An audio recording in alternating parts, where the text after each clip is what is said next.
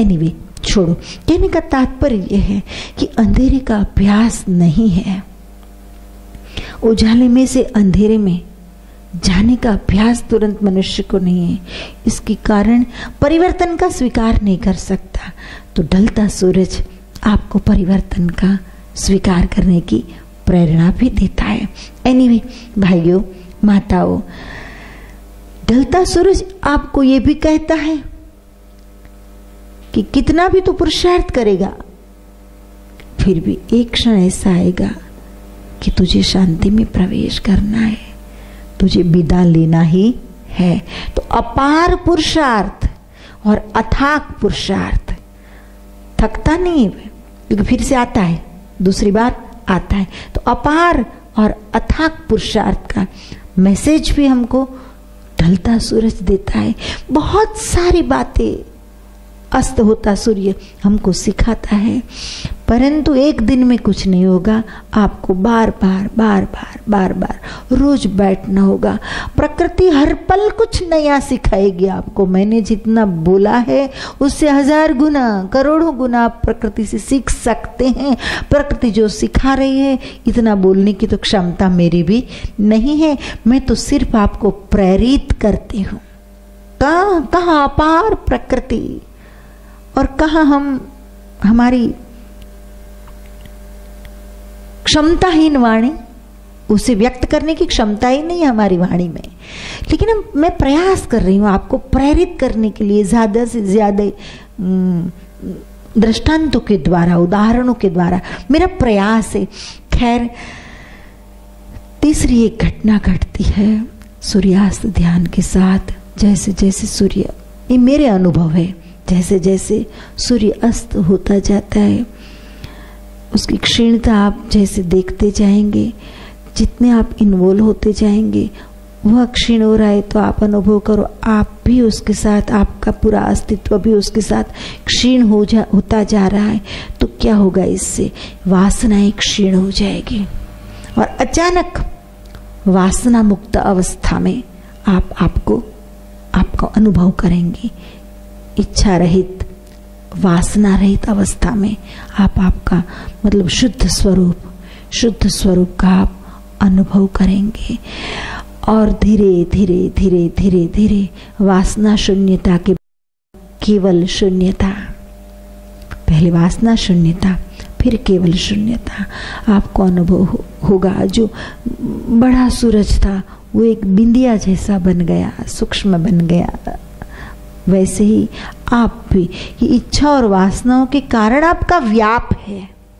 जैसे समेट लेंगे उन सबको तो आप शून्य जैसे, बिंदिया जैसे छोटे से बन जाएंगे और फिर तो बिल्कुल शून्य में प्रवेश हो जाएगा। आप रहेंगे ही नहीं, शून्य के सिवाय कुछ नहीं रहेगा।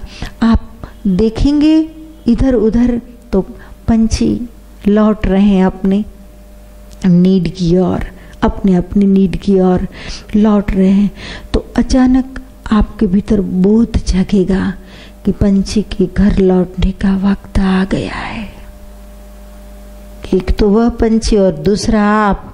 तो पंछी को घर लौटने का वक्त, अपने मूल स्थान पर पहुंचने का वक्त आ गया है। और प्रतिदिन यह मैसेज ध्यान में मिलता रहेगा आपको प्रतिदिन। तब वास्तव में जब क्षण आप पहुंचेगा घर लौटने का, तब कोई आसक्ति नहीं, कोई मोह नहीं, कोई दुख नहीं, कोई पीड़ा नहीं, कोई कराहना नहीं, कोई चिल्लाना नहीं।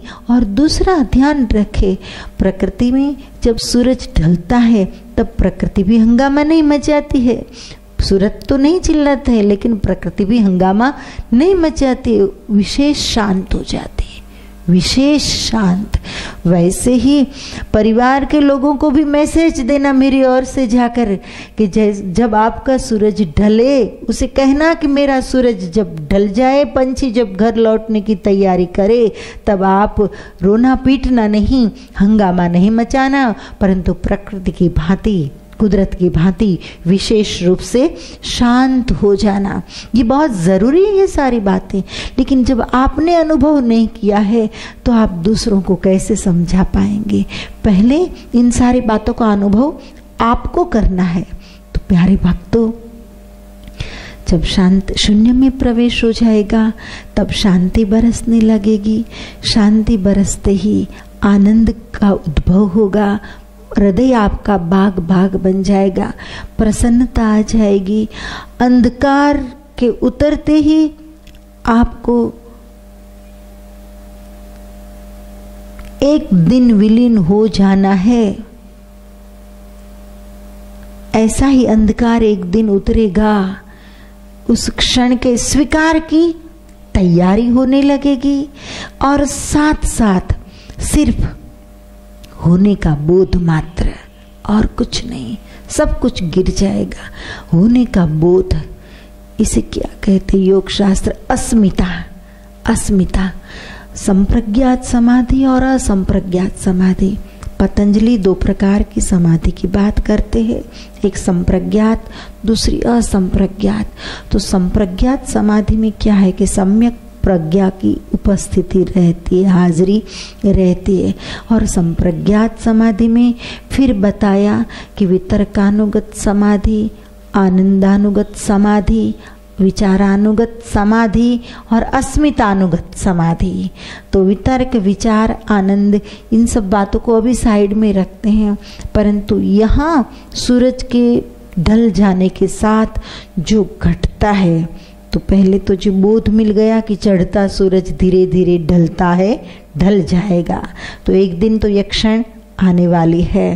तो मृत्यु के अंधकार का भी स्वीकार अभी से होने लगेगा, तो मृत्यु सहज बन जाएगी, मृत्यु भी उत्सव बन जाएगी, वह भी आनंद के क्षण बन जाएंगे। मुक्ति के लिए वह एक अंतिम आधार बन जाएगी मृत्यु, इस शरीर से मुक्त होने के लिए। और दूसरी बात कि फिर बचेगा क्या? सिर्फ होने का भाव, बीइंग ओनली, मैं हूं, बस एक उपस्थिति है, कोई है, जिसे अस्मितानुगत समाधि कहते हैं।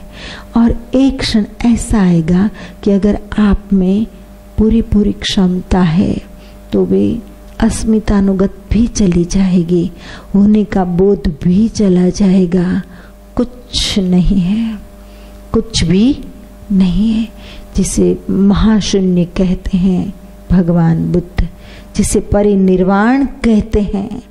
और आपका अचानक जंप हो जाएगा संप्रज्ञात समाधि में से असंप्रज्ञात समाधि में, और असंप्रज्ञात समाधि में आपका प्रवेश होते ही निर्गुण ब्रह्म का मात्र अनुभव रहेगा। निर्गुण ब्रह्म का अनुभव, कोई रूप नहीं, कोई गुण नहीं, कोई आकार नहीं, केवल महाअंधकार। कोई गुण नहीं, कोई रंग नहीं, कोई रूप नहीं, आकार, प्रकार, आकृति कुछ भी नहीं, सिर्फ निर्गुण ब्रह्म का अनुभव रहेगा।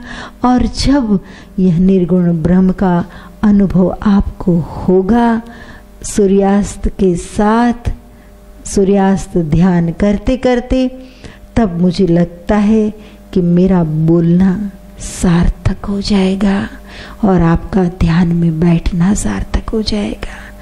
इसके साथ सूर्यास्त ध्यान विधि के लिए जो कुछ कहना था ये मेरा पूर्ण होता है। मेरी वाणी को मैं विराम देने जा रही हूँ और आप लोग अब जाएंगे सूर्यास्त ध्यान के लिए।